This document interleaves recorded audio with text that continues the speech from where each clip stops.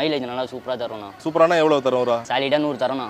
1 லிட்டருக்கு? ஆமாண்ணா. ஒண்ணுமே வெயிட் கிடையாது இல்லண்ணா. அப்படியே R15 ஓட மினி வெர்ஷன் பண்ணிருக்கீங்க. இது நம்ம ஆக்டிவா இன்ஜின்ல பண்ணியிருக்கோம். இந்த வண்டி ஃபுல்லா ரெடி பண்றதுக்கு உங்களுக்கு எவ்வளவு ஆச்சு? A to Z ஸ்டார்டிங்ல இருந்து எண்ட் வரைக்கும் 53,000 ஆயிடுச்சுண்ணா எல்லாமே சேர்த்து. வீல்லாம் இப்ப வந்து ஆக்டிவோட. ஆமா, ஆக்டிவோட வீல், இன்ஜின் ஆக்டிவா. சைலன்சர் வந்து நம்ம செஞ்சதுண்ணா. எவ்வளவு நாள் ஆச்சு ஃபுல்லா? ஜஸ்ட் ஒரு மாசத்துலயே பண்ணிட்டேன். ஒரே மாசம் தான். ஃப்ரேம் என்ன பண்ணனா, ஸ்பெண்டர் பைக் இருக்குங்களா, அந்த ஃப்ரேம் எடுத்துட்டு கட் பண்ணிட்டு ஆக்டிவா ஸ்கிராப் வண்டி எடுத்தேன். ஸ்கிராப் வண்டியில எல்லாமே வீல்னா சின்னது, அது அப்படியே ஸ்பெண்டர்ல செட் பண்ணி ஆக்டிவா இன்ஜின் அப்படியே வெல்டிங் பண்ணி ஃப்ரேம் ரெடி பண்ணிட்டேன். அதுக்கப்புறமா ஒரு வாரம் புதுப்பேட்டில் தேடினேன் மோல்டிங் எங்கே பண்ணுறாங்கன்ட்டு. அவங்க கிட்ட போயிட்டு இது போல் R15 எனக்கு பண்ணணும்னான்னு கேட்டேன். பண்ணிடலாம்ப்பா அப்படின்னாரு.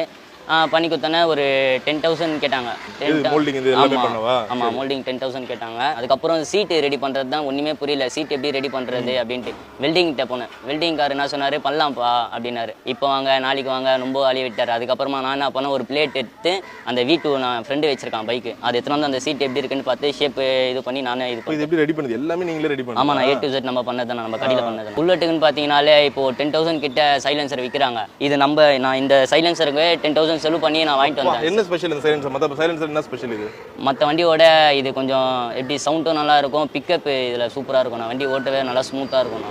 வண்டி நல்லா தரமாக இருக்கும். எது ரொம்ப கஷ்டமா இருந்துச்சு இதில் ஃப்ரேம் சைஸ் தானே ரொம்ப கஷ்டமாக இருந்தது. வெறும் இரும்பு மட்டும் இருக்குல்ல, அதுதானே ஃப்ரேம் யாருக்குமே பண்ண மாட்டாங்க. அதை நானே கட் பண்ணி கொஞ்சம் வெல்டிங் கிட்ட சொல்லி அவரு நாளைக்கு வா இன்னைக்கு வா ரொம்ப கஷ்டப்படுத்திட்டாரு என்ன. இப்போ R15 வழக்கமாக இந்த ஸ்கூப் வந்து லைட்டாக தேஞ்சிட்டாவோ இல்லை உடஞ்சிட்டாவோ ஃபுல்லாக மாற்றணும். இப்போ நீங்கள் எப்படி ரெடி பண்ணீங்க? இந்த இது ஃபுல்லாகவே மோல்டிங்ண்ணா. டை வச்சிருப்பாங்க, அந்த டைல ஃபுல்லாக அந்த கெமிக்கல் ஊற்றி அந்த இது போல் பண்ணிவிடுவாங்க. அந்த த்ராட்டில் பெரிய வண்டியோட அந்த பீட்டு மாதிரியே இருக்குது அப்படியே. ஆமாண்ணா, அது மாதிரி தான் வேணும்னு நீங்கள் லைக் இந்த சவுண்டு தான் வேணும்னு நீங்கள் பிளான் பண்ணி. இந்த வண்டிக்கு நம்ம பண்ணுறது கொஞ்சம் டிஃப்ரெண்ட்டாக இருக்கும், பீட்னா இருந்தால் தான் நல்லா இருக்கும். Okay okay. அந்த த்ரோவே எவ்வளோ தூரத்துக்கு அடிக்குது? இது வரைக்கும் அடிக்குதுல்ல? ஆமாண்ணா. எவ்வளோ சேஃப்டி இந்த வண்டி அதை சொல்லுங்களேன். இப்போ பெட்ரோல் இது இருக்குது, எங்கேயும் லீக்கேஜ் இருக்காது, வண்டி எங்கன்னா நின்றாது, பிரேக்லாம் கரெக்டாக தான் வேலை செய்யும். எல்லாமே பக்காவாக பண்ணியிருக்கேன். எந்த பிரச்சனையும் இல்லை, நான் பயப்படாத ஓட்டலாம். எல்லாமே பார்த்து நம்ம அப்போவே எல்லாமே ரெடி பண்ணி தான் கம்ஃபர்டபுளாக இருக்கான்னு பார்த்து தான் நம்ம எல்லாருமே கொடுப்போம். ஸோ இது வந்து டெஸ்டிங்கான நேரம். நான் நினச்சே பார்க்கல இவ்வளோ சின்ன R15 நம்ம ஓட்டுவோன்னு. ஸோ கீர்லாம் இல்லை, அப்படியே ஓட்டலாம். ஆமாண்ணா.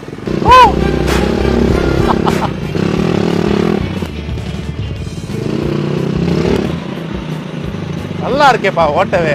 மேபி ஷார்ட்டாக இருக்கிறதால என்னவோ தெரியல, இப்போ கண்ட்ரோல்லாம் ஆனால் ஓரளவுக்கு ஓட ரொம்ப நல்லாவே இருக்குது. ப்ரோ கண்டிப்பாக தாங்கல 2 பேர் போனாலும்.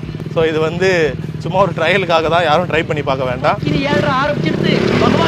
அட்டா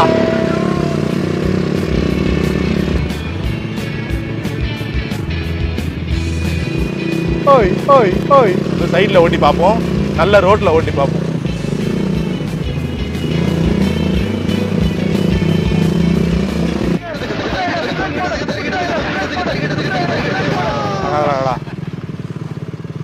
ஸோ உங்களுக்கு பின்னாடி உட்காரும்போது அந்த சேஃப்டியாக இருந்துச்சா, எப்படி இருந்துச்சு?